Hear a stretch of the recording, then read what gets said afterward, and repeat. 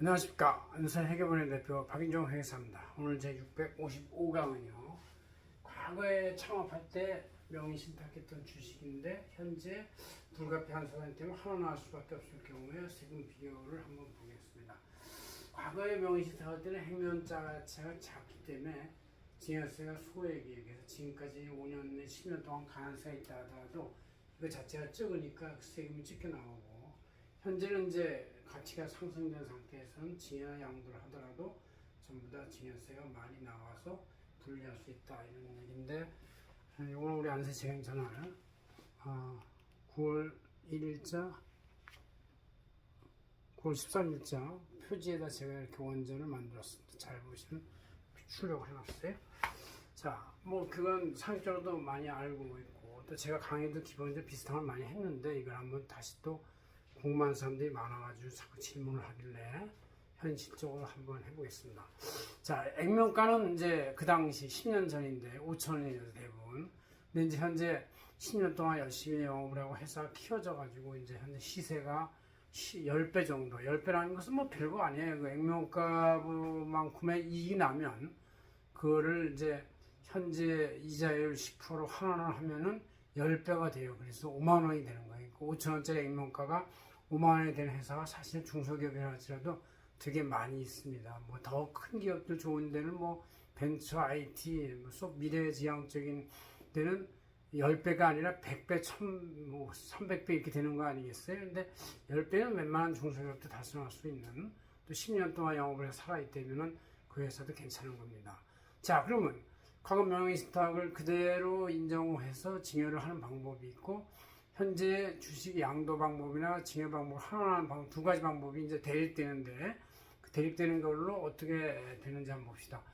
그 과거의 명의신탁을 인정하는 것은 이제 실제 그 당시 10년 전에 어떤 분들이 다른 직원이나 가족들하고 했던 대로 하는 것이고, 현재 명의신탁은 이제 소액주주에 대해서 주식을 서로 양도하는 방법일 수 있는데, 이것은 과거에 명의신탁한 사실을 이제 부인하고 지금으로 그냥 모디파이해서 하는 편법이긴 하지만 한번 비교를 해봅시다.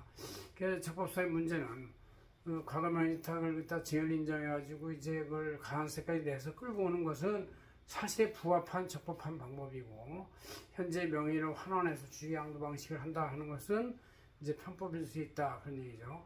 가격은 당시 액면가 5,000원이라고 치고 1,000주라고 칩시다. 현 시세는 5만 원이고 1,000주다. 그 본세는 과거 명의신탁 10년 전의 본세는 이제 액면가가 5,000원이니까 5,000원 곱하기 1,000주 곱하기 그 당시 증여세율 10% 곱하면 50만 원이 돼요. 50만 원. 그러니까 얼마 안 되네, 이렇게 되고 오는 거고.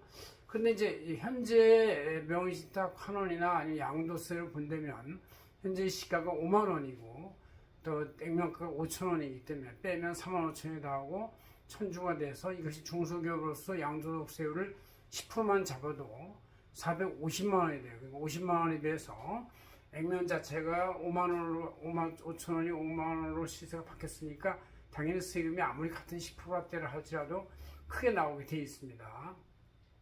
그다음 이제 과거 명의신탁 하나는 이제 그 당시에 무신고였으니까 50만 원에 대해서 20% 가산세 10만 원이 나오고, 그다음 미납부 가산세도 이제 그 50만 원에 대해서 이제 1년에 11%쯤 돼요. 0.03% 하루에 가산하니까. 그래서 10년치를 하면은 이게 워낙에 50만 원 곱하기 10년치를 한다 하더라도 가산세가 이제 55만 원이 돼요. 그래서 이제 총 합계 세금은 그 과거 명의신탁 환원 증여를 증여를 인정해서 10년 동안 가산세를 내는 방식을 한다 하더라도 본세 50만 원 플러스 무신고가산세 10만 원 플러스 그동안에 10년 동안에 미납부 가산세 55만 원 이렇게 하면 이게 115만 원이 돼요. 그러나 아까 현재 시세로 양도나 증여로 됐을 때의 450만 원 보다는 4분의 1밖에 안 되겠죠. 이게 뭐냐면 시세가 액면가 5,000원이냐 아니면 시세 5만 원 이 차이 때문에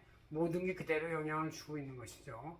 그래서 어떨 때 유리한지는 주식 평가액이 낮은 경우는 뭐 지금도 평가액이 낮으면 이제 과거 명의신탁 이제 하면 가산세까지 올라가기가 불리하고, 현재도 액면가 5,000원에 시세 금방 그거밖에 안 된다 그러면 양도가액도 얼마 안 나니까 세금이 얼마 안 나와요.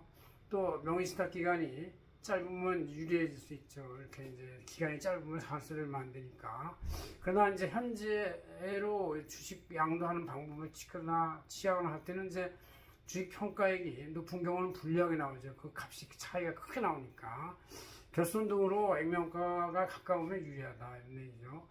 그래서 문제점이라고 생각하면 과거 명의신탁을 그대로 인정해서 하는 것은 사실이니까 문제가 없어요. 그냥 그러나 이제 10년 동안의 이 세월을 과세관청이 낮은 세금으로 과연 받아주느냐 이제 그 문제가 하나 있고, 그러나 현재의 주식 그 양도 방법은 이제 실제 그러한 대가가 그 당사자하고 이 기업 주인하고 대가가 오고 가고 하지 않기 때문에 그걸 양도로 보기가 어렵지요. 그래서 이제 주간에 수입이 대금 수가 없는 걸 양도로 보기 어렵고, 그래서 현재 시세 5만 원대로 그냥 증여로 볼 가능성이 있다. 왜냐하면 대금이 왔다 갔다 하지도 않고 그냥 주식 명의가 바뀌니까 현 시세 증여가 되면은 현 시세 5만 원 곱하기 1000주 곱하기 증여세 10%를 친다 하더라도 역시 500만 원이 나오니까 과거 명의 한 원에 명의신탁에다 한 원으로 가능성까지 내는 것보다 어쨌든 4-5배의 그 금액이 나올 수밖에 없다는 걸 이제 알고 여러분들이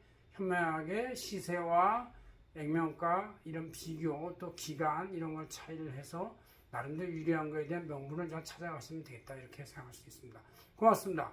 안세결 대표 박인종 회장이었습니다.